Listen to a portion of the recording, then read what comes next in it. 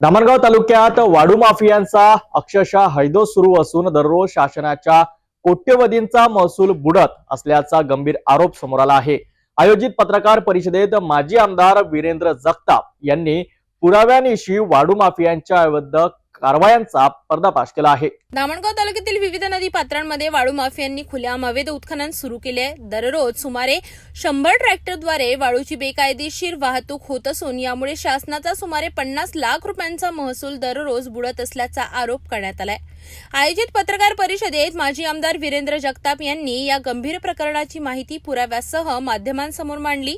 बोरगाव निस्ताने येथील रेती घाट सन 2025-26 या कालावधीसाठी जिल्हाधिकाऱ्यांच्या आदेशाने मंजूर असून संबंधित लिलावधारकांशी करारही करण्यात आला आहे। मात्र प्रत्यक्षात वाळू धोरणातील अटी व शर्तीचे उल्लंघन करत उघडपणे अवैध उत्खनन सुरू असल्याचा आरोप करण्यात आलाय। सायंकाळी व रात्रीच्या वेळी परवानगी नसतानाही रेती वाहतूक सुरू असून सक्शन पंप, बोटी व तारफच्या सहाय्याने खोल नदी पात्रात पाण्याखालील वाळू उपसा करत असल्याचे सांगण्यात आले। रॉयल्टी पास हे केवळ नावापुरते असल्याचेही सांगण्यात आले। घाट परिसरात गोळीबाराची घटना घडल्याने संपूर्ण भागात दहशतीचे वातावरण निर्माण झाले आहे। या प्रकरणात तात्काळ कठोर कारवाई करण्याची मागणी माजी आमदार वीरेंद्र जगताप यांनी केली आहे। धामणगाव रेल्वे तालुक्यामधल्या बोरगाव निस्ताने आणि गोकुळसरा घाटाचा शासकीय हर्रास झाल्यानंतर शासकीय नियमाप्रमाणे अटी शर्तीप्रमाणे घाट मालक रेतीचा उपसा न करता सगळे यांत्रिक पद्धतीनं सक्शन पंप, बोटी, तराफे आणि रॉयल्टी पासेस न देता याची अवैध वाहतूक रात्री संध्याकाळी 7 नंतर ते सकाळी 5 वाजेपर्यंत सुरू असते।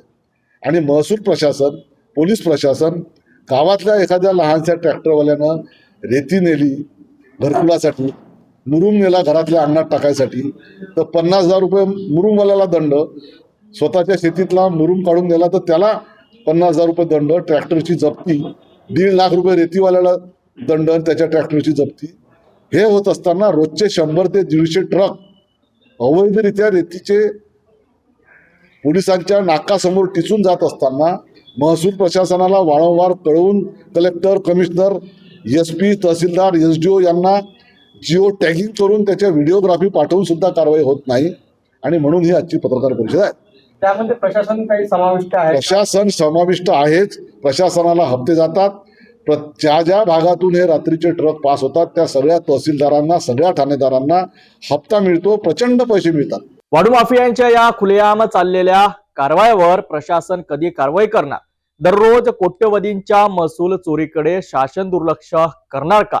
या प्रकरणावर प्रशासनाची भूमिका काय असेल हे पाहणं महत्त्वाचं ठरेल।